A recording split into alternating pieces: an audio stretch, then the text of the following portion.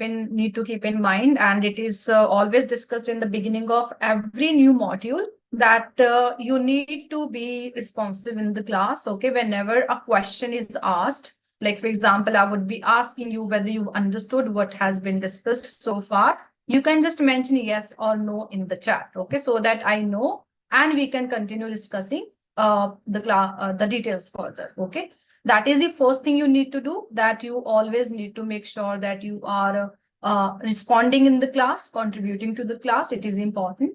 Second thing, in case, let's say you are having any question, you can type it in the chat, or so that I can read and answer your question.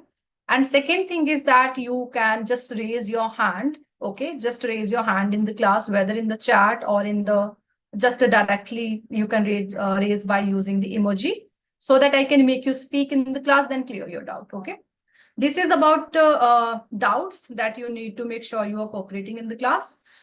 Other thing is about how we will be running the class. Okay, so whenever a topic is being discussed and you see that topic on the screen, make sure your questions are related to that particular topic only. Okay, that particular topic that is on the screen and we are discussing that, you can just ask questions related to that topic. It's okay. It doesn't mean that your general doubts would not be addressed. Those doubts can be taken at the end of the session. Okay, general doubts in the beginning or at the end of the session. Any kind of doubt that is being discussed and it is on the screen, you can just ask it in the chat. Okay, or you can raise your hand in the with the help of an emoji. Now, are we clear with that? How we will be running the class? Are there any questions or any doubts? Anyone? Are we good to start the session?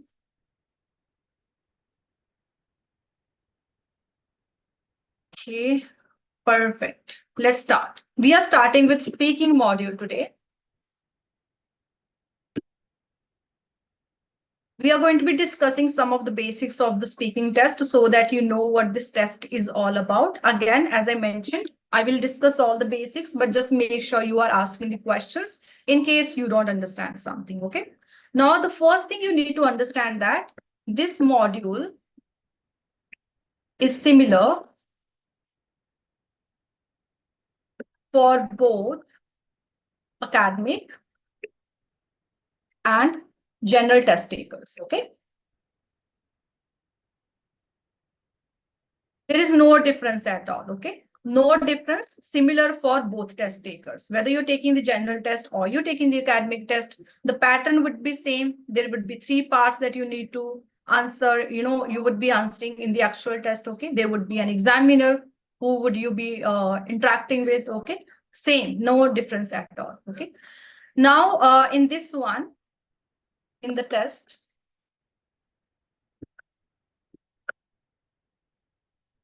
will be a live interaction with an examiner.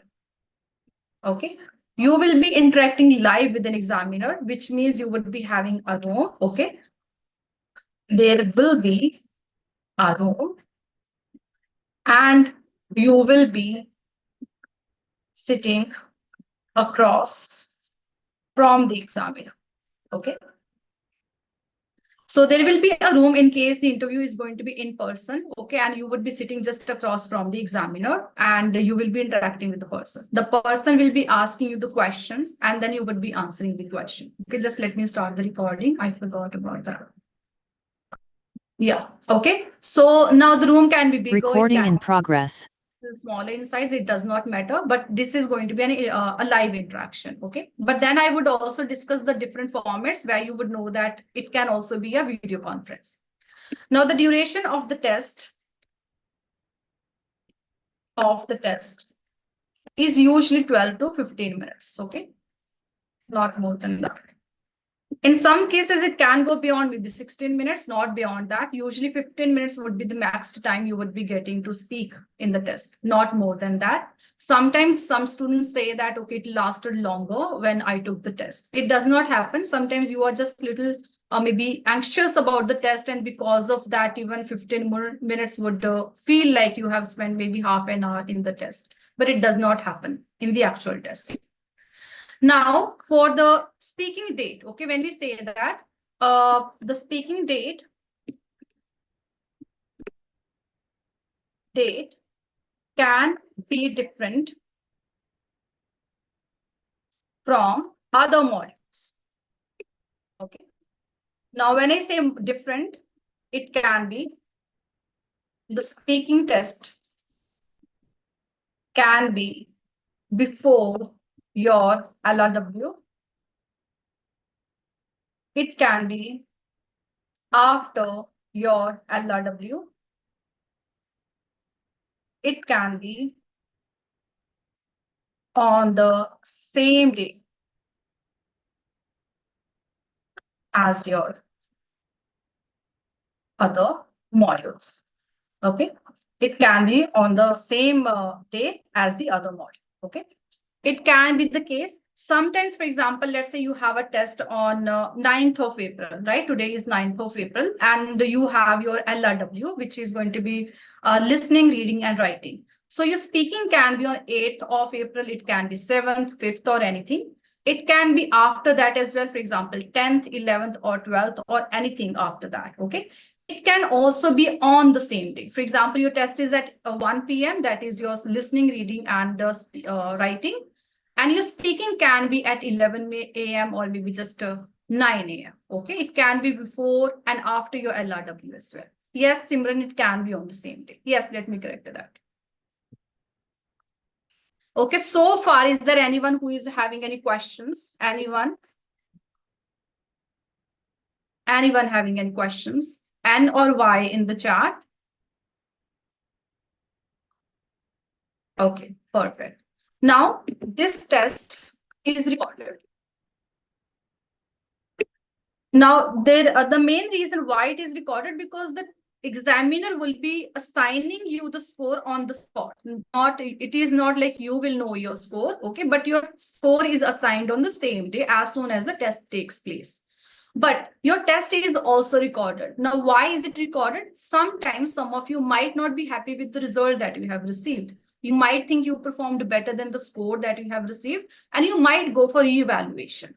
And in that case, your recording will be used in order to analyze whether you deserve an increment in the score or not. Okay. So that for that purpose, your test is recorded. Okay.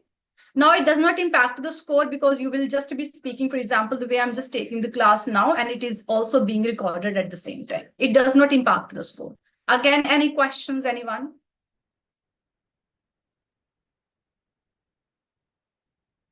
Any questions or any doubts?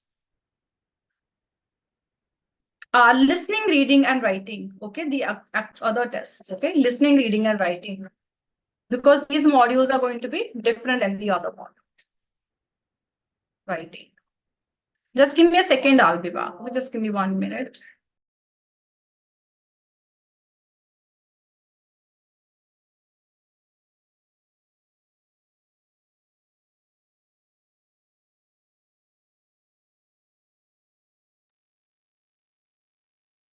Okay, so test is recorded. One more thing here I would like to mention, because here, as soon as you filled your test, you need to be sure that your the date for the speaking test is communicated via email and a text message. Just to make sure, because sometimes it happens that IDB can be quite unpredictable with the allocation of the speaking date. Your test can be just in the morning. For example, you would receive confirmation in the evening, and the next day you would be having your speaking test. Okay. So just be ready for those instances as well, where you don't know when you would be receiving your confirmation for the speaking module test date. Okay. That is really important point, because you guys would be getting panicked if you would be receiving your speaking date and you are not ready for that at all. Yes, yesterday only, Ibrahim. I think you were not there in the class, and I'm not sure, but yesterday we wrapped up the session. Anyone having any questions so far? No, Saket, unfortunately, no. Okay, we wrapped up them yesterday, so it's okay. You can watch the recordings. Okay, don't worry about that. You can watch the recordings. As I mentioned, the beginning of the session, when we start the class, and the ending of the session, you can always ask the questions. Okay, any questions related to any module. Okay, now let me show you the pattern that we have for these tests. First, let's discuss the two different modes. So you have two formats. Before the pandemic, you used to have just in-person interview. Okay, but after the pandemic, now it can also be a video conference.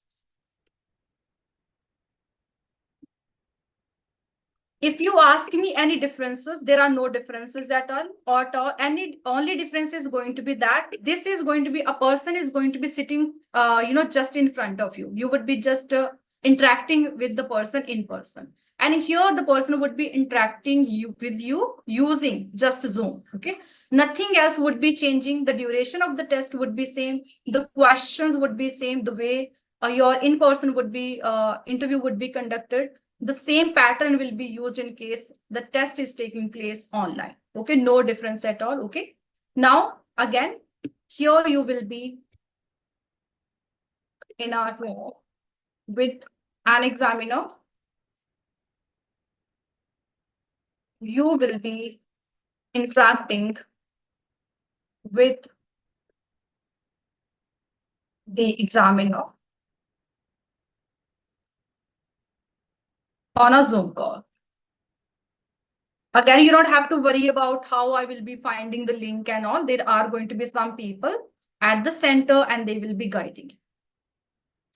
Examiner could be anyone. Okay, it can be a person from India. It can be a foreigner as well. So examiner could be anyone. We can't really predict that you would be getting maybe a foreigner or you would just be getting someone from, maybe other country. It is never sure, but you should be ready for both scenarios because it is always, we have certain parameters and they are always trained. So it has nothing to do with the, whether the person is from other country or from your own country. Opt for computer-based instant pen paper test. I think you should see what is more comfortable to you and now how to decide which one to take. Okay. So now you can't decide it. You can go for a pen and paper test. Okay. You can go for a pen and paper test and yet receive a video interaction, right? And you might go for CDT test, that is computer-based test, yet the speaking test might be conducted in person. Now, we can't be sure what would be happening because recently it happened with one of the students that she took the computer-based test, yet the interview was online. Okay. And on the other hand, I have seen that, happening that you might go for the computer-based test and then you would be having a video conference for sure. Okay. So now we can't really be sure of it. Okay. So now it is not in your hand whether it is going to be computer-based. And usually in case it is going to be online, okay, on Zoom, then it would be with a foreigner. Okay, usually. Not at all, Saket. There is no difference. Can we choose you want video? No, unfortunately, no, Simran. You have to just go for whatever IDP will be deciding for you. You can't really choose that because if you will be having that opportunity, I would say 99% of the students would be going for in-person interview. Okay. So I don't think that choice will be offered anytime in the future. Now, are we ready to look at the different parts of the test so that we can understand?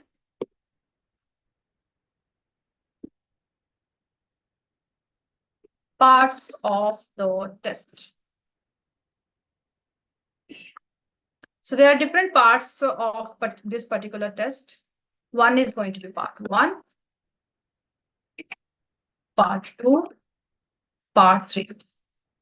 Now, in the part 1, what would happen? You would be having, this is going to be an introductory round. This is going to be a topic will be given to you. Here, a discussion will take place. Questions related to part 2. Okay. Don't worry about that. We are going to be dedicating different sessions to all these three parts. Okay. First, we will discuss first part, then second, then third. And this is how we will be discussing the strategies. Okay. But I am just going to make you familiar with all these parts. So let me just share my screen with you all. Okay. I hope my screen is visible to everyone. I'm sharing my screen. If it is visible, just let me know.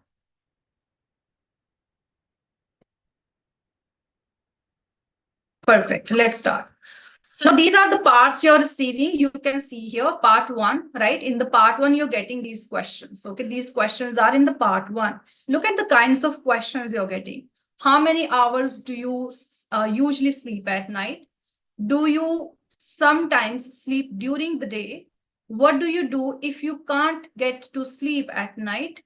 Do you ever remember the dreams you have had while you were asleep? These are the questions. Now I will show you other set of questions as well in the third part. Then I will ask you one question and you are going to be answering that question, okay? Now look at these questions. How important is it for children to have lots of friends at school? Do you think it's wrong for parents to influence which friends their children have?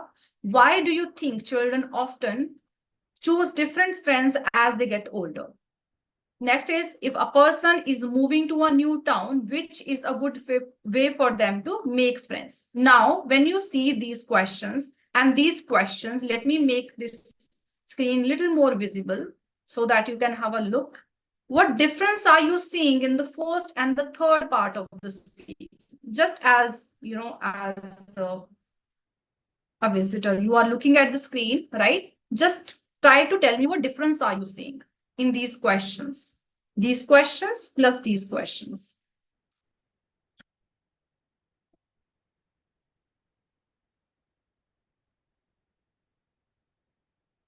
You can also unmute and speak in the class in case you want to.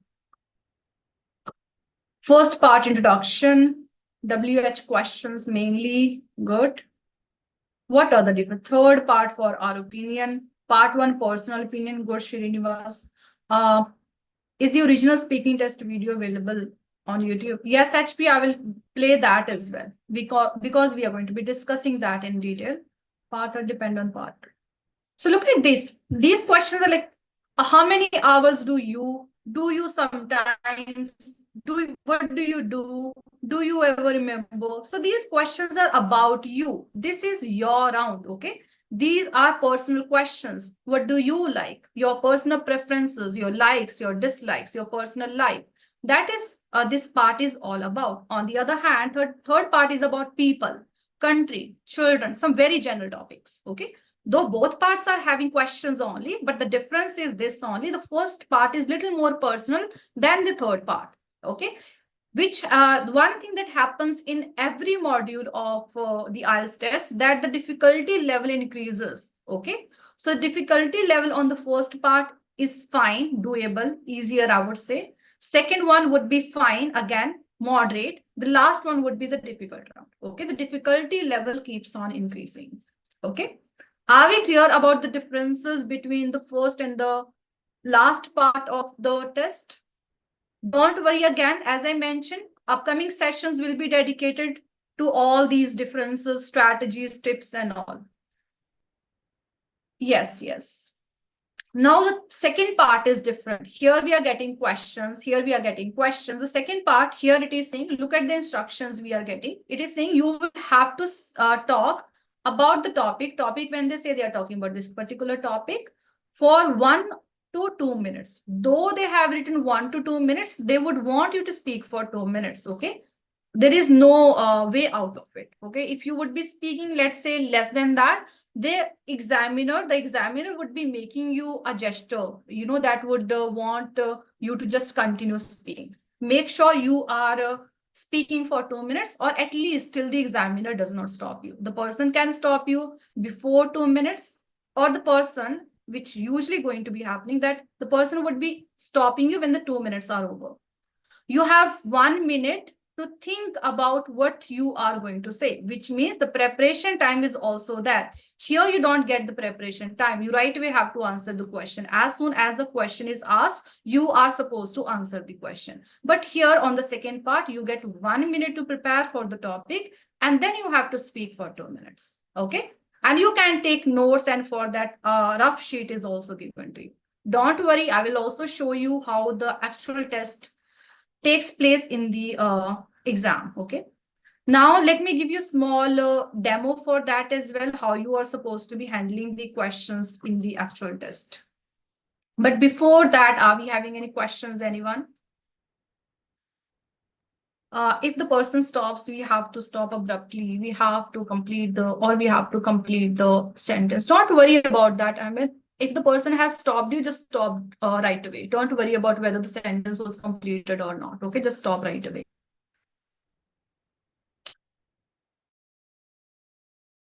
Anyone having any questions? Because then we are going to be answering these questions. I will be answering the questions. If there are no questions, you can mention end in the chat. Let's start. Just 1 minute. Aditya, yes, unfortunately, just 1 minute to prepare for the topic. Don't worry, when I will be discussing the second part, I will also discuss the strategies, which will help you use that 1 minute properly, so that you can speak on the topic for 2 minutes. Okay. Okay, now let's start with the first one. So how many hours do you usually sleep at night? So yeah, it is too quick. Now I would not accept any questions in the chat. Don't worry, let me answer these questions. I would ask you, then you can ask. So that, because it is distracting me, because I'm not removing the chat box. Okay. So how many hours do you usually sleep at night? I usually sleep for 6 to 8 hours, because I think this is the minimum that I need in order to work properly the next day.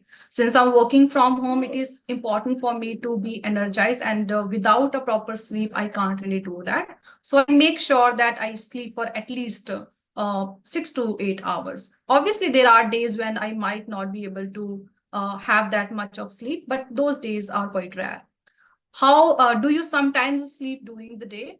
I don't really see the appeal to napping, because I see a lot of people, they would be sleeping for a couple of minutes or sometimes for hours as well. But this idea does not really appeal to me much. And that is the reason I never really go for a napping. And in case I take a nap for even a couple of minutes, let's say 10 or 20 minutes, I would not be able to go to bed at night anytime before midnight. So this is how my sleep cycle gets disrupted, just because of that. So napping is something I would say is not my cup of tea. What do you do if you can't get to sleep at night? It doesn't really happen that frequently. I think it would be just a rare scenario. If, let's say, there is some event or a proper occasion, or sorry, a particular occasion that is going on. It doesn't really happen that frequently. But if in case that happens, then I think I would not be having any option, and I would just go for a nap the next day, maybe just 1 or 2 hours in the afternoon. If I spend that much time on sleeping, I think I would be able to function properly. But as I mentioned, I think these scenarios are quite rare, where I would not be sleeping much at night. Do you ever remember the dreams you've had while you were asleep? Okay, it is quite a tricky question, because I have seen that there have been some instances where I would be having a nightmare, and I would not forget it for even months. But there have also been some scenarios when I would be, trying to recall a dream, and I would just remember them maybe in bits and pieces, and I would not know them vividly. So it happens sometimes that I recall the details quite clearly. But there have also been some instances where vague details would remain in my mind. So I think it would depend what kind of dream I'm having. So this is how you can answer the questions. Your answers can be having at least 3 or 4 sentences. They can also have maybe 2 or 3 sentences. Okay, not very long answers and also not very short answers. Okay, try to have a balance with the answers. Never tell stories like, I remember that last month I had a dream. In my dream this happened, and this is why I can't really forget that dream. So that if you started sharing the details of the dream, it would get really long. Okay, so you should not tell stories. Try to keep it as conversational as possible. Now, are we having any questions about the part one? Because then we are going to be moving to the second part of speaking. Anyone having any questions?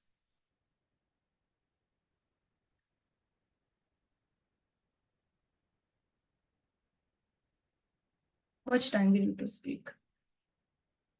For these questions, you don't need to worry about that.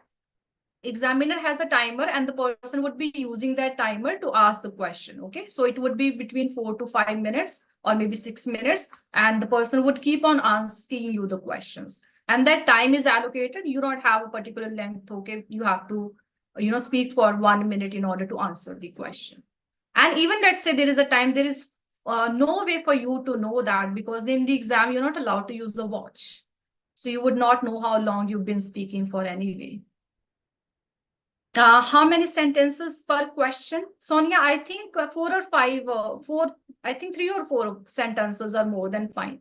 Again, I can't really give you a proper number here because some sentences are going to be a little shorter, the other would be a little lengthier, right? So it would also depend whether you're making a complex sentence, you're making a simple sentence, you're making a conditional sentence, right? So sometimes it would depend on that as well.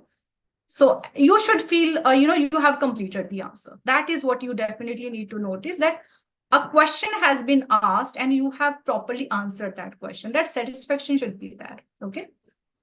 Now you see these why or why not, why, because you need to include these details in the answers. Okay. For example, here I mentioned that I don't go for a nap. Why do I not do that?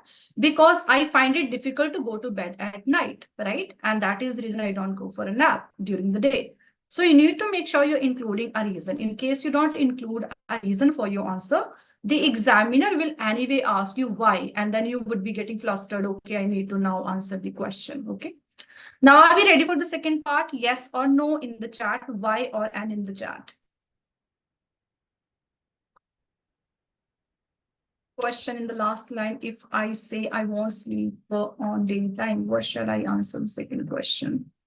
I think this is what I also answer, no, that I don't I don't take a nap. Okay, first question.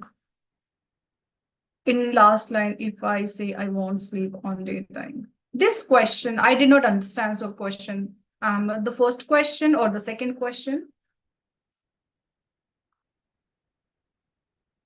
We are talking about sleep, right? The first one. Here you don't have we can't say I don't go for sleep during the day. Let me see how we can incorporate that. Just let me see how many hours do you sleep at night. But I don't think so, because I think it would, then I would answer that usually I sleep for 6 to 8 hours. In case I take a nap during the day, then my sleep cycle would be getting disrupted and I would maybe sleeping for 4 or 5 hours, but it doesn't really happen that frequently because I try to stick to a certain schedule so that I can follow it and eventually have a proper working day since I'm a working professional. Okay, then this is how you would be incorporating that detail. This has been answered already. I mentioned I don't take a nap. In case you want to say that do you sometimes sleep during the day, then you can also say yes, of course, because I think it re-energizes me if I go for a nap during the day. And even if it is for 10 or 20 minutes, I would be feeling quite refreshed. And that's the reason sometimes during the day, I would not hesitate just napping for 20 or 25 minutes. Okay, that's how you can say yes or no as well. I don't do it. That's how I have answered the question. Okay, so you can also answer the questions definitely the way you want to. It doesn't have to be that you follow those things. Okay, sometimes you can add just extra details because the answer question has to be covered properly in your answer. In case, let's say you usually go for a nap, you can also say no. In case it makes more sense, then you can cover it in an easier manner. Okay, in case you feel that. Okay, it doesn't have to be that you're telling the truth only, but I told the truth. Okay, let's see the second Yes, part. ma'am. Now I Ma'am, get yes, yes. my question is for the first question. I have answered all the part. How many hours do you sleep in the night? I said everything. And in the last line, if I say, I sleep 8 hours in the night and I won't sleep in the daytime.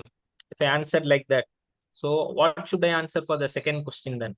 Because I already, without knowing. Okay, you're saying, uh, got it. Now I got your question. You're saying if I have already mentioned the details, then a question is asked that is having that detail, then how am I supposed to be handling that? You can use this one phrase. You can say, as I mentioned earlier. Okay. okay, That's what you can use and refer back to that particular statement. sure. Okay, let's go for the second part. It is saying that describe a time when you met someone who you became good friends with, who you met, when and where you met this person, what you thought about this person when you first met, explain why you think you became good friends with this person. Now, these are the questions that we are having. Now, first of all, when answering this question, it is not necessary that you follow them. Okay, it is not necessary. However, it would be easier for you to answer the questions in case, okay, because if I'm making a story, I'm talking about meeting a person, would I not mention who this person is? It is natural for you, for me to mention. Again, would I not mention where I met this person and when I met this person? Now, when can be in the form of you mentioning the exact time. You can mention that couple of months ago, years ago. Again, you're fulfilling this requirement of when as well, where you can mention the place here. Again, as I mentioned, you can't really make this topic unless you mention these details anyway, even if you don't look at them. Okay, so that's what I'm saying. You don't have to specifically pay attention to all these points, but in order to have a proper flow in the topic, you can have a look at it when you get that 1 minute. Okay, so what you thought about the person, just a one sentence you can include for that, why you think you became friends with this person. Now we can start with the topic. Let me just have a timer with me because I'll be speaking for 2 minutes.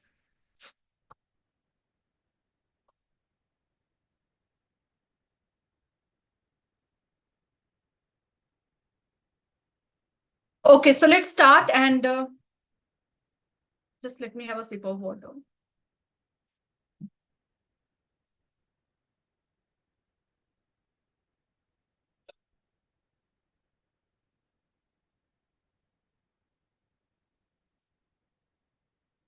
Okay, so I am an, let me start the timer first.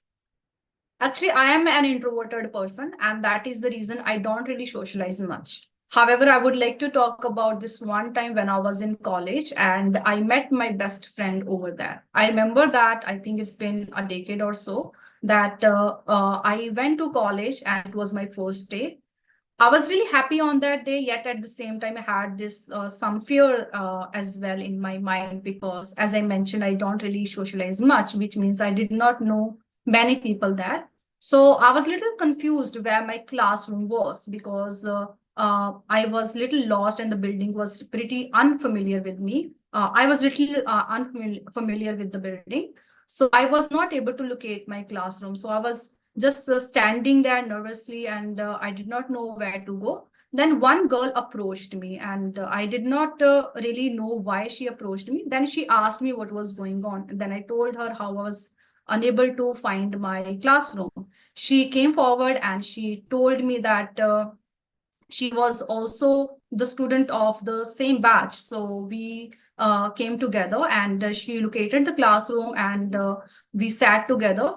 During the entire lecture, we were exchanging notes, we were talking to each other. I came to know how good she was. One thing that really appealed to me was that how helpful she was. Whenever I was asking her questions, she was answering them.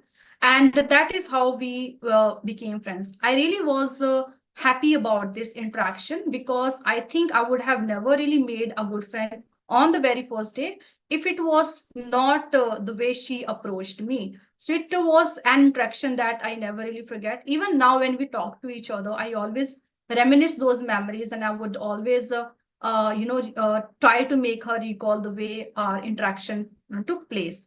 And I'm really grateful that I came across her on that particular day and because we are still really good friends and we are done with that. Okay. So now what did we do? We told a story here. Okay, so on the second part of the speaking, make sure you are telling a story. Okay, you get a 1 minute. I did not really use the 1 minute because I was just trying to show you how to go about it. Okay, so if you use 1 minute, you have better structure which you can follow, starting with an introduction, then telling the details of the story, what happened, when happened, and how you felt about it. Feelings should always be included, whether the person is asking, whether the cue card is asking or not. Try to include feelings in your cue card, okay, so that you can make it conversational, because your writing is going to be formal part of the communication. On the other hand, speaking is going to be informal part of the communication. That is why it should be conversational in nature. You are allowed to use idiomatic expressions. You can use phrasal verbs. You can use some good phrases as well in the beginning that are conversational, such as actually, obviously, well, right? Which is not possible if we are answering the questions in a writing task, okay? All those things are to be included so that you're answering the question properly, whether it is part 1, 2, or 3rd. Now, are we having any question about second part? Because then we are going to be moving to the last part of speaking, and trust me, that is going to be trickier than the other parts. Anyone having any questions?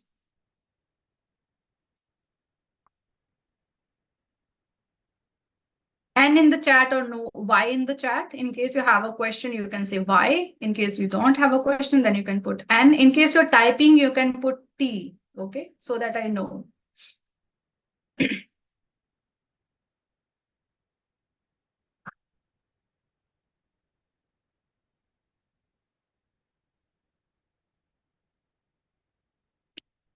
How can we best utilize the 1 minute we get?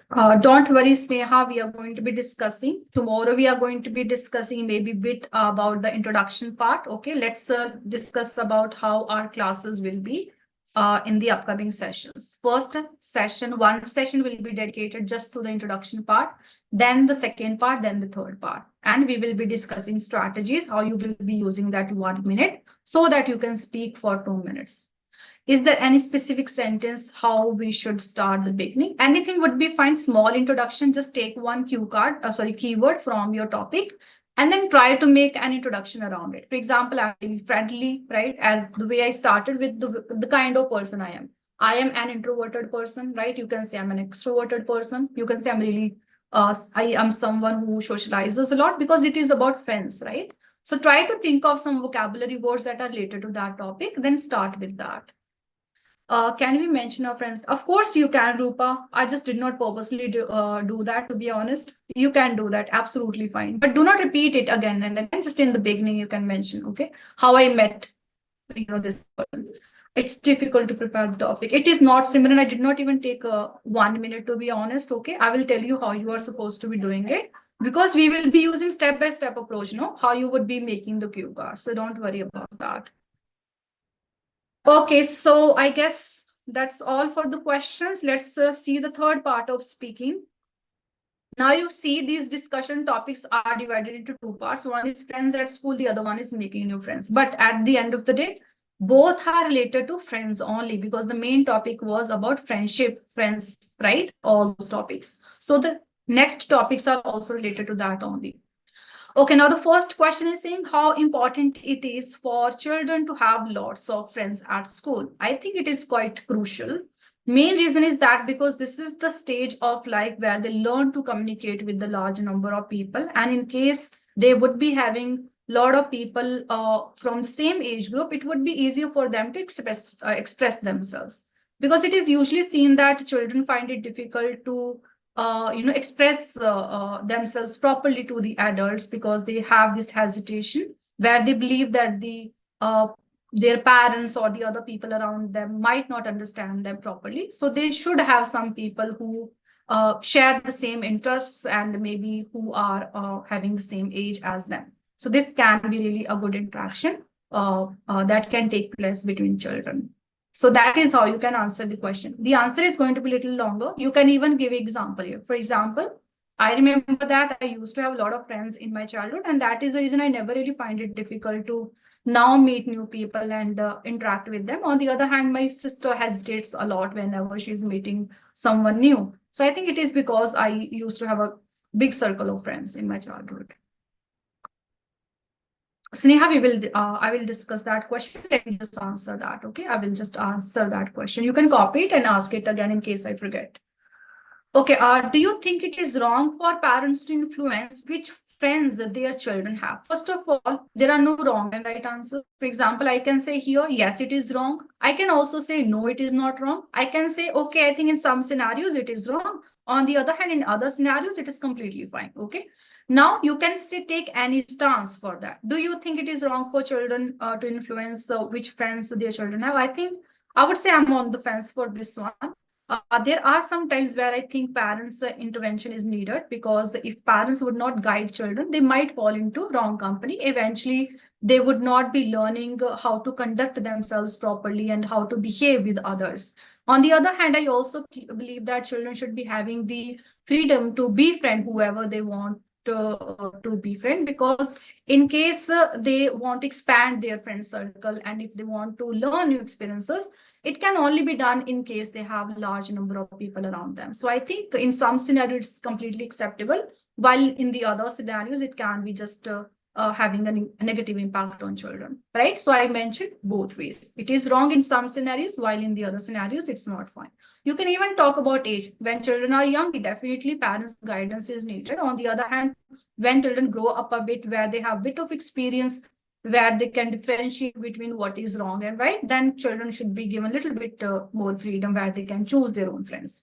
Right now, whatever answer you want to give, you can say. You can even take one side. You can even say that, okay, I think obviously it is wrong, because adults usually, think a lot. They have a lot of things they think when they make friends, and they try to impose the same things on children. On the other hand, children are immature and innocent. They don't really think about the background of the person. They don't think about whether they have the same ideas with their friends or not. But adults usually pay attention to these things. So I don't think the age group is same. So parents' intervention is not needed. Or you can say, absolutely, it is not wrong at all. Then you can give reasons for that. As long as you have reasons to explain an answer or to answer a question, you are completely fine. There are no wrong and right answers at all. Okay. Why do you think children often choose different friends as they get older? I think there could be lots of reasons for that. And mainly it happens because they get this sense of maturity, and they are at the stage of life where they start learning how maybe just having one person in their life can impact their life immensely. For example, they might just know that if they befriend someone who is not good at studies, it would also impact their scores in the final exam. That realization makes them just to choose friends in a different manner that they might use when they are little younger. Okay. So again, I gave reason for that, but I also incorporated an example so that my answer is clear.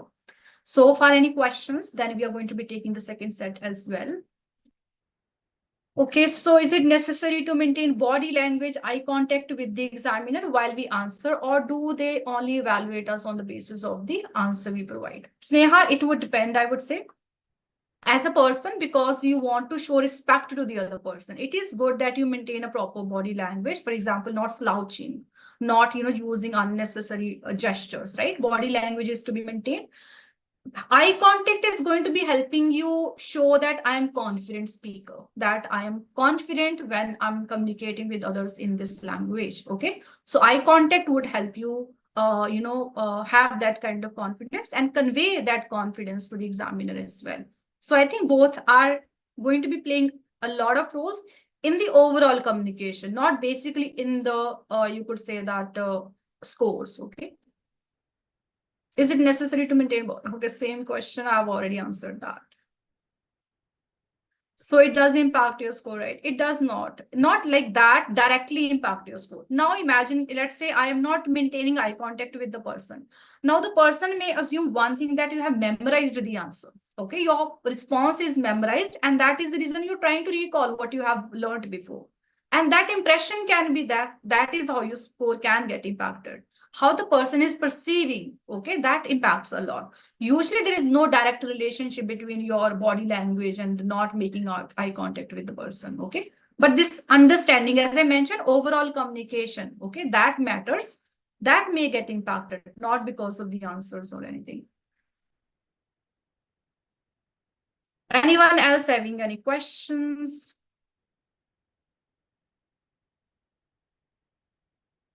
Yeah, Simran, that is also a good way of answering the question. You can say that it is good for children and bad for parents, or bad for parents and good for children. Both positive and negative side is okay, or if you would affect the score. Both are fine, Karthik. As I mentioned, there are no wrong and right answers. You can take one side completely. You can take just maybe a middle ground. Okay, it is up to you what you want to say. It does not impact your score, okay? Because what impacts your score would be discussed tomorrow. I will discuss what is going to be impacting your score, and at that time you can all decide, okay, what will be impacting your score, and you don't need to get into all these myths that you're thinking. Okay, now the next question is saying, ma'am, in the second part 2, there are total 3 questions, ma'am. Suppose and in the 3 questions, if I answer the second question elaborately, and for the third question, if I say only one sentence, by the time 2 minutes is over, is it fine? Completely all right. As soon as you have just addressed the question, you're done with that. Okay, it could be one sentence, it could be a full-fledged paragraph as well. It is up to you. Okay. And when is like at college, back 2 years ago, you have addressed the questions. Okay. And like first whom you met, I will say the person's name. Then can I go to third question and then come back for a second question? It is up to you. It doesn't have to be in order only. It can be anything. You can first answer this and then come back to this. Okay. It is up to you. Okay. Yes. The order does not matter. Okay. Thank you. Okay, so making new friends. If a person is moving to a new town, what is a good way for them to make friends? Now you can think social media, right? Maybe workplace, neighborhood. We can talk about university, college, right? So we have a lot of options, but definitely you should not be mentioning all of them. Try to be mindful when you would be answering the question. So I think the best way would be using online social media platforms, because there people usually interact with only those who have their similar interests with, and that is how they can choose who they want to interact with and who they want to share their ideas. This can be a really good way for them to make friends in the same area. And at the same time, I think in case if they are a student or maybe a worker, they can make friends or they can meet new people at their workspace or maybe at college or university, because there they would be getting people from different backgrounds, and they might be part of same group or maybe same class or maybe same maybe part of the project that they're working on. This will really help them finding new people if they take certain initiative to talk to them, right? So we mentioned the ways, 2 or 3 ways which can be used, okay? Now you could see when I was saying, now that was an example, as I mentioned, you should not mention everything. For example, in the second part, what did I do? I mentioned about work and college as well.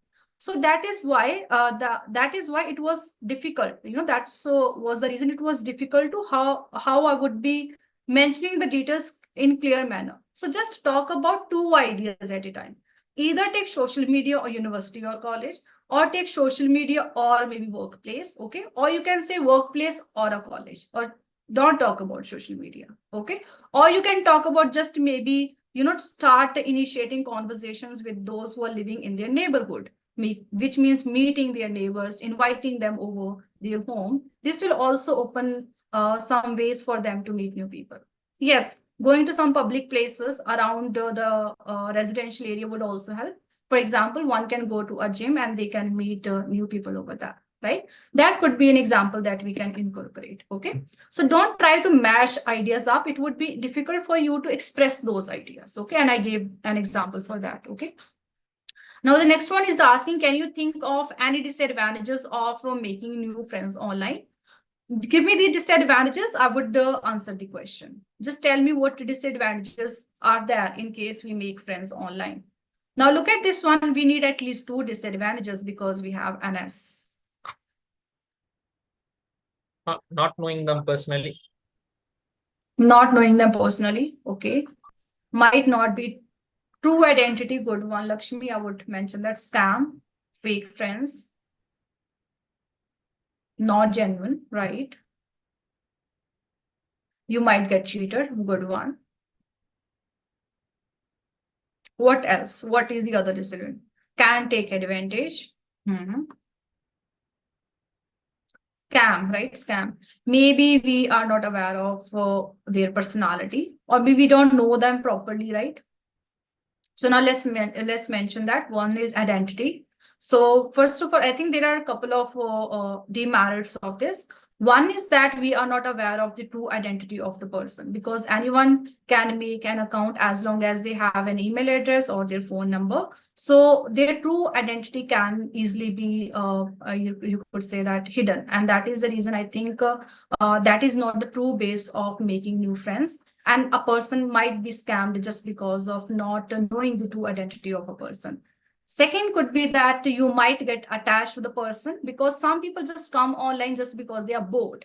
And on the other hand, because when you are talking to a friend and you think that you have developed a really good friendship, but the other person might just be doing it because the person is bored. So we don't know the genuine feeling of a person, which is possible if we are meeting them in person. So I think these two drawbacks I can clearly see. So I mentioned two of them. So I mentioned here, either give two clear ideas, idea, explanation. Second, idea, explanation. Second way is idea, explanation, then add an example. Okay, example can be incorporated. For example, in this one, there is no way. Let's say if I don't answer this question in the plural form, it does not make sense. It means my understanding of the language would be questioned. Why? Because I did not understand that the question was asked in a plural form, right? So that is why S has to be spotted and addressed.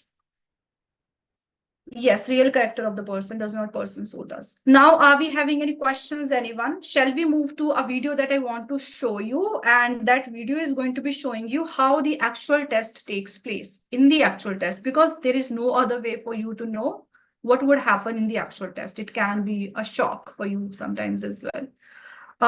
When we will tell you about the strategies, important vocabulary, and good scores. Tomorrow onwards, we are going to be starting with that, Bhavna. Today, we are going to be wrapping up with a video that I'm just going to be sharing so that you can see, because I just showed you a demo, but this is not sufficient, because you need to know how the interaction takes place when the examiner is there.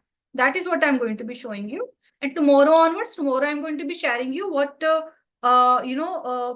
what parameters are used by the examiner in order to score you, or in order to give you a certain score. And then we would move to the strategies. Okay, anyone having any questions? Shall we move to the video that I was talking about? Are we ready?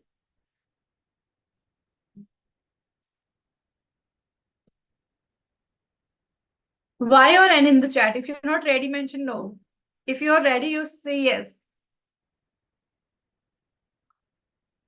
Okay, perfect.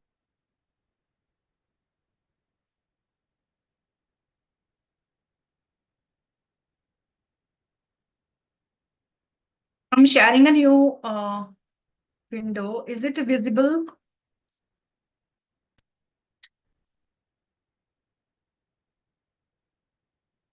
Okay, so I'll play the audio. Just let me know if it is clear. Okay, if it is clear and audible enough. Okay. Let's get started. This is the speaking test of the International. How is it? Is it clear enough?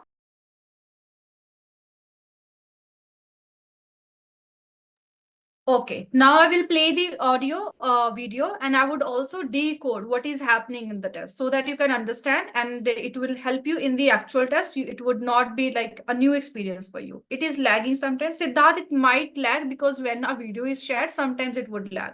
If it is happening a lot, then you let me know, okay? And also don't worry, in the at the end of the session, I will share the video with you all as well, okay?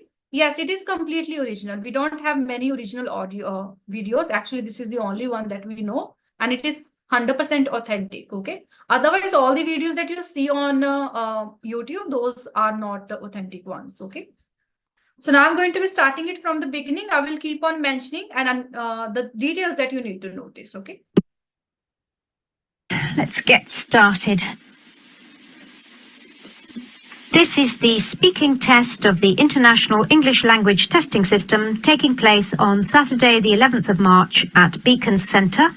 Centre number BN367. These are the details that will be mentioned by the examiner. It has nothing to do with you. Okay, don't worry. The examiner is just going to be recording, and the person needs to do it because the person is recording this particular session. And that is why the person is mentioning and confirming his or her identity. Okay, it has nothing to do with you. Just it is the beginning of the session. Even in your test, it would happen. The candidate is Sabrine Valancheri and the candidate number is 0003400. The examiner is Carol Kennedy and the examiner number is 433816. Good afternoon. What is your full name, please? My full name is Sabrine Valancheri. And what should I call you? You can call me Saba. May I see your identification, please, Saba? Yes, here it is.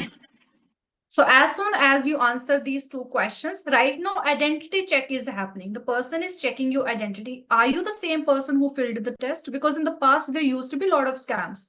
A different person would be filling the test and the different person would be appearing for the test. In order to ensure your identity, they would be doing it in the beginning. And you need to carry your passport with you, okay, in order to make sure you have it because you can't really take the test without a passport. And it has to be carried to the test center as well, okay? So just remember that you are not forgetting it. Right now, still the test has not begun, okay? The test still has not begun. It would be starting soon.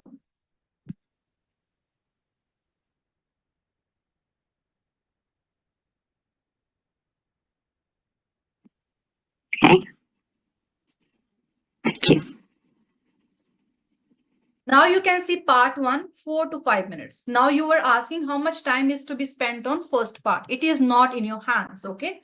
The person would be having a timer and they would be putting that timer on that timer and then they would be just counting that on, okay?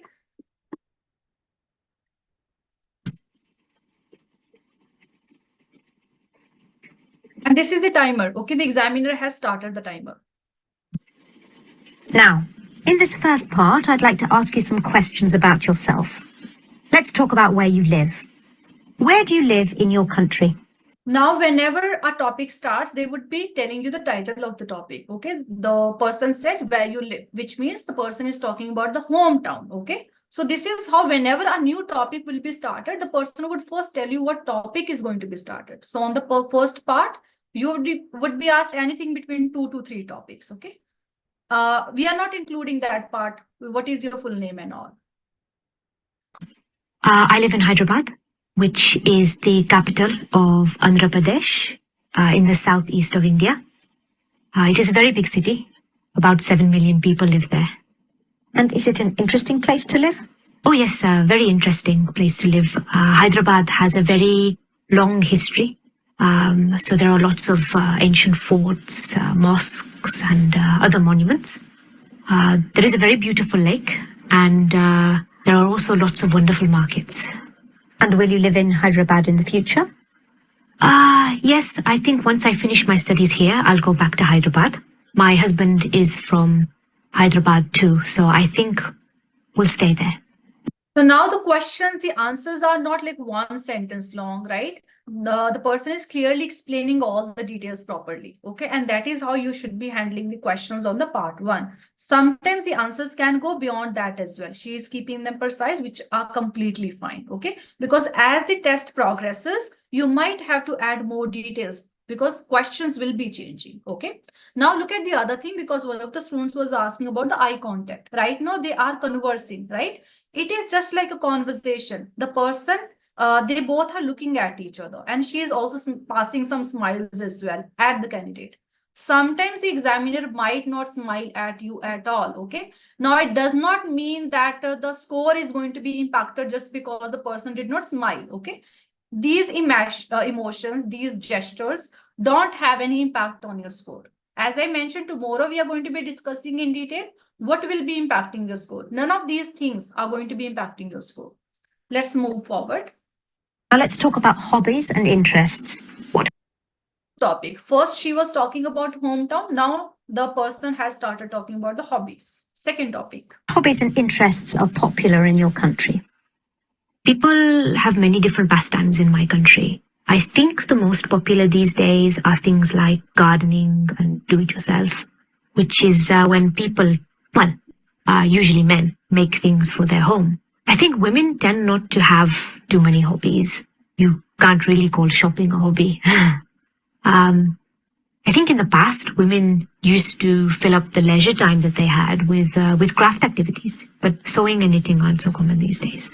I think reading is still very popular, especially now these days with the new e-readers. And which hobbies and interests do you enjoy?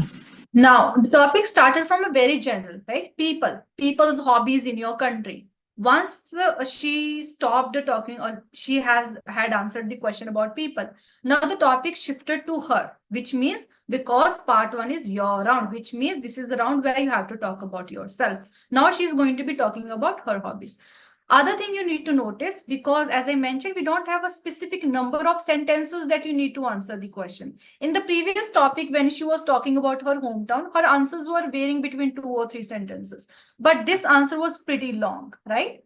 Now we see that this difference would continue. Well, like a lot of people, my work takes up a lot of my time. And at the weekend, I like to meet up with my friends or go out with my husband. So I don't really have much time for hobbies, but I do read a lot, especially history and biography. Also, I love collecting art, so I go to a lot of art fairs. I really like colorful, abstract art, which really brighten up our homes. And what hobbies and interests did you have as a child? Gosh, that was a lot. You could see gesture, small, you could say that, she said, gosh. So it was just to, make, because it is conversational in nature. Otherwise, you would be thinking, okay, it would be impacting my school. You can even use cool, word like cool, right? That's absolutely all right. In case you're not, making it very informal, this is completely all right to use that. Okay, words like fam or something, it does not make sense because family is family. Don't say fam. That's the shorter version, right? It would not be acceptable. Some time ago, let me think. I used to collect keyrings. Borrow a couple of seconds, like, let me think. Now, she did not really take much time. Though she said, let me think, she did not take much time at all. So it is just a way to borrow a couple of seconds for yourself in order to, think some ideas. I think I had about 20 or 25. They were silly things, really, but fun for a small child. I used to like painting and drawing. My parents were very supportive and they bought me a lot of oil paints, but I'm not really very talented. I also played the clarinet. I was in a junior orchestra. I remember once we played a concert and my reed broke during the first piece, and so I couldn't make any sound. And do you think parents should encourage their children to have a hobby or interest? Oh yes, very much so.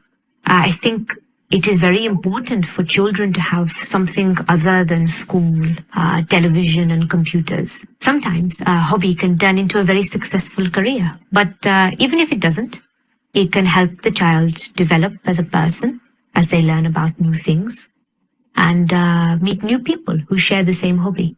Now let's move on to talk about. Now you don't need to be very robotic in the test, okay? You can see the way she is changing her expressions. When she's talking about something very pleasant, she is showing those pleasant expressions on the face. When she is talking about something that is not much appealing and not much pleasant, she's also showing those expressions, okay? Don't be really robotic and try to just hide those things because you have to express yourself. You are in a conversation, okay? The weather. Do you prefer hot weather or cold? This is the third topic that has been asked, okay? And you might also be asked 2 or 3 topics in the actual test. I think I prefer cold weather. I know most people prefer hot weather, but it is always so hot in my country that it is such a nice change to feel the cold. Of course, in the cold, it's very easy to put on a hat and gloves to keep ourselves warm. Tell me about the weather in your country at different times of year. India is so big that there are many different climates. So I'll just talk about the weather in Hyderabad. Generally, we have a tropical wet and dry climate. That means that the summers, March to June, are hot, over 30 degrees and very humid. Sometimes it can reach over 40, which is just unbearable. At the end of the summer, the monsoon comes and it rains for about 3 months. After the rainy season, it's winter, which is quite short, just a couple of months. Which time of year did you enjoy most as a child?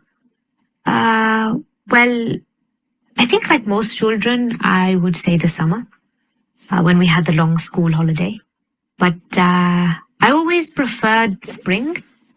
There's something so lovely about when everything starts to grow again after the winter.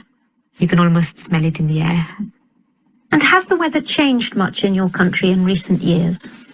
I don't think so, really. I know that in some countries, the climate has been changing because of global warming. But where I live, it seems to be the same. Just heat and rain. I have noticed something. In recent summers, when it's very hot, there have been many water shortages. I don't remember that happening when I was younger. So first, she was really general about the topic, what happens in other countries and how her country is the same only. But at the end, she gave a small example, what happened last summer, right? But at the end, she addressed the question that was asked. Though she mentioned she did not know or there was not any change, she ended up mentioning the change that took place, okay? So it is just the way she wanted to answer the question. You can say anything, whether you can directly mention the change that she mentioned at the end, okay? Or you can just go about the way she went, she mentioned a bit of general details, then she came to the actual change that has taken place. Thank you. Now the part 2. Now you will be spending 3 to 4 minutes. Usually 1 minute for the preparation of the topic and 2 minutes for speaking the topic. Okay, now let's see what happens here. Now I'm going to give you a topic and I'd like you to talk about it for 1 to 2 minutes.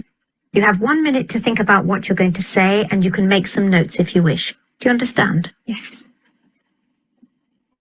There's your paper and pencil. And here's your topic.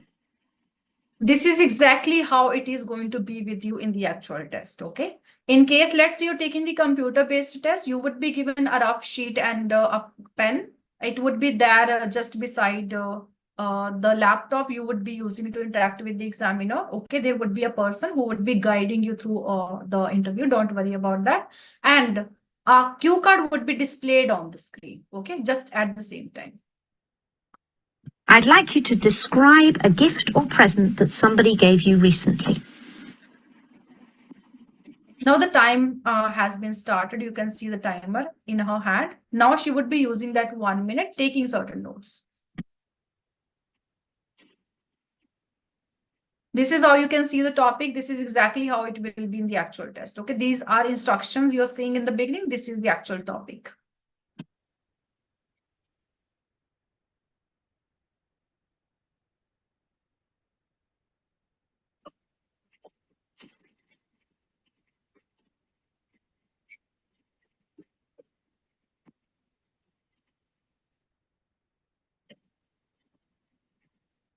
You can see her notes as well. This is how she's using her time, and her notes are just 1 or 2 words, sometimes some phrases, not full-fledged sentences or paragraphs. Now it is up to you whether you want to take notes or not, okay? I would encourage take some notes, just help you, maintain a flow.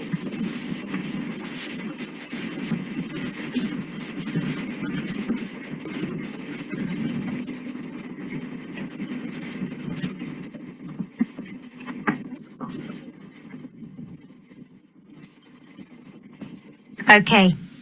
Now you have 1 to 2 minutes for this, so don't worry if I stop you. I'll let you know when the time is up. Could you start speaking now, please? I'm going to talk about a present my husband gave me last year for my birthday. We had gone to Istanbul for a few days. My husband had always wanted to go there. Anyway, we had a few days holiday from work and we decided to fulfill my husband's dream. As I said earlier, I'm really interested in art. And so even though I had no real desire to go to Istanbul, I was totally captivated by all the beautiful buildings and the wonderful arts and crafts that were available there. The Blue Mosque was my favorite building. From the outside, it looks just like a typical Ottoman mosque, but inside it is quite startling. The large windows with the light reflecting on the exquisite blue tiles made it just breathtaking.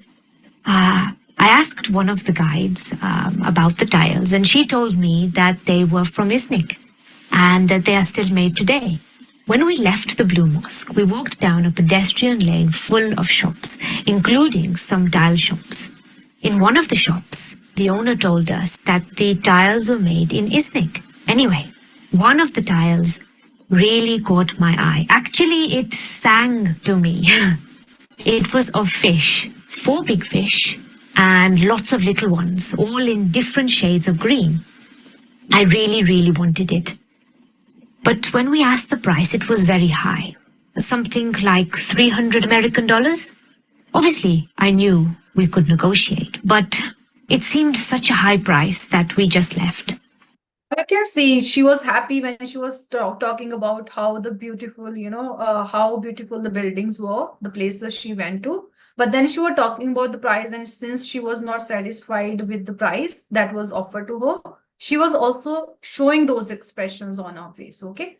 As I mentioned earlier, try to show those expressions. It will show the examiner that you are into the conversation. And also notice that in the first part, the examiner was constantly looking at the person because she was asking the question and the other person was answering the question. On the other hand, now you could see the person was just looking everywhere, right? The person was not maintaining the eye contact with the candidate, right? So it can happen. So it does not impact your score. Don't worry. If the examiner is looking at you or not, it is not going to be impacting your score at all. Okay. The next night, we went out for my birthday meal. Just as we were finishing the dessert, the waiter came over and handed me the most beautifully wrapped gift. I knew at once, because it was very heavy, that it was the fish tile. That's why Thank you. You can see that she just finished exactly on time only. And there is no way examiner did not give her 2 minutes, right? As I mentioned, the examiner would stop you exactly at 2 minutes only. Though they mention that you have 1 to 2 minutes to speak, I would always encourage you to speak until the examiner does not stop you. Because she is the one who is having the control while the candidate is just speaking. There is no clock in the room as well. So which means you would not know how long you've been speaking for. So let the examiner lead you and decide it for you. And does this person often buy you presents? Well, he's good at remembering my birthday and our anniversary, so he does usually buy me something nice then, but he doesn't just buy a present out of the blue. Abrupt question. As soon as you finish your cue card, there would be one question that would be asked by the examiner related to the topic that has been asked. Okay, the cue card only. Now this question is going to be part of part second only, not part third. Okay, just a small bonus question that is asked. Thank you. Could I have the booklet, the pencil and the paper back, please? Thank you. Now part third, 3 to 4 minutes, right? Again, part first and third are going to be having approximately the same length.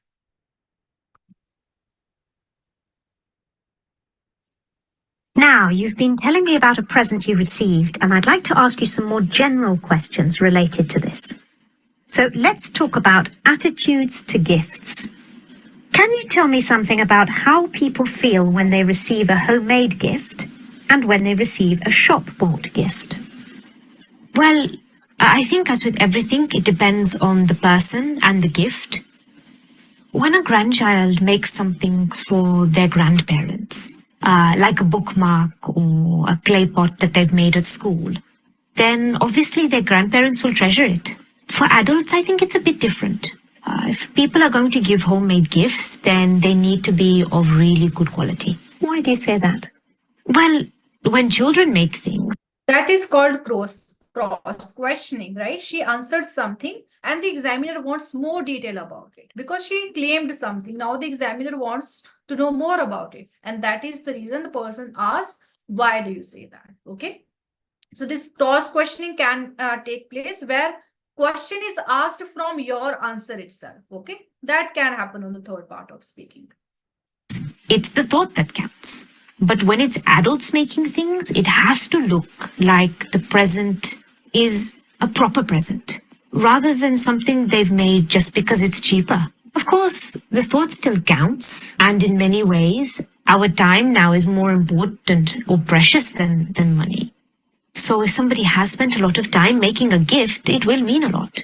But if someone has made some chutneys or pickles or some other type of food, then it has to be edible. Now, did you notice she used a Hindi word that is chutneys? It's fine, okay? In case you are using some proper nouns, you can use the noun that is used in your country, okay? That you don't have to have a proper English translation for that. And taste nice as well. So what about shop bought gifts? Now, you notice because the actual question was the attitude towards shop bought gifts and handmade gifts. Now, you notice the candidate focused a lot on handmade gifts, but she did not talk anything about the shop bought gifts. And as I mentioned, the examiners are always very cooperative. She tried to bring her back to the track, right? She brought that question back so the person can answer that question. So always understand that the examiners are very cooperative. When they see you do well, they also want to support you, okay? So never think that the person has some agenda against you and they are just looking at the negative things at, when you're answering the questions. They are very cooperative, okay? Most gifts these days are shop bought, and there isn't really anything wrong with that.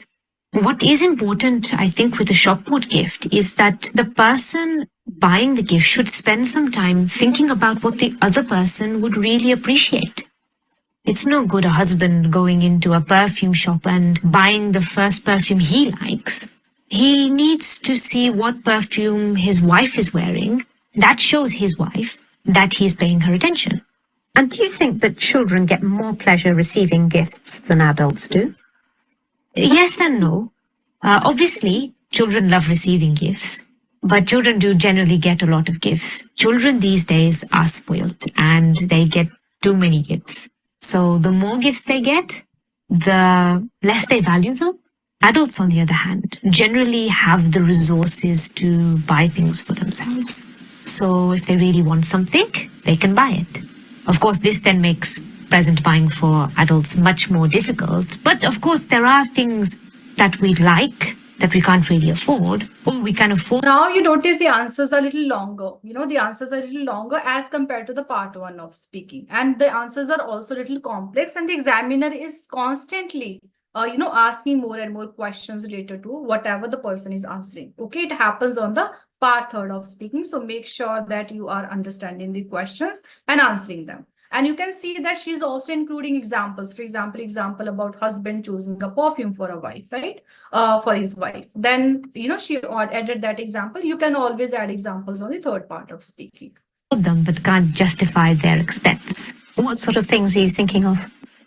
Now, again, she said something and the examiner cross-questioned, right? The person asked what sorts of things she was thinking of, right? So again, you can also make sure that you are explaining. If you're adding some detail, try to be a little more clearer about those details. I mean, it might be perfume or a day at the spa or a new pair of party heels. For men, usually something to do with their hobbies or books or CDs. Do you think that more people get more pleasure giving or receiving gifts? This is a tricky one. Why? Well, I think most people get pleasure out of both. Of course, it depends. We may not get a lot of pleasure out of giving gifts to children who we know may not appreciate them. But if we have found the perfect gift for someone we love and we know it's going to make them happy, well, then this will really fill our hearts with joy. Similarly, if someone receives a gift of something that they don't really want, or they can sense that it has been bought out of haste, then this isn't really going to make them feel that good. But if it's something wonderful, then, well, of course, they're going to feel fantastic about it. Let's move on to talk about the commercial aspects of giving. How much do advertisements influence people when they buy gifts? In my opinion, probably not too much. I mean, most. Now her way of answering the question is same only. Now I think you've gotten an idea like how the answers should be, right? She's clearly giving her opinion when the question is being asked, and she's stating the facts and the adding some examples when questions are being answered. But on the third part, as I mentioned, there would be parts. Okay, first was just was about attitude of people towards gifts. Now they're asking about the commercial part of gifts, right? But the topic is gift only. Okay, and this is what happens in the actual test as well. Now I want to take your questions because we are ending this video now. Are we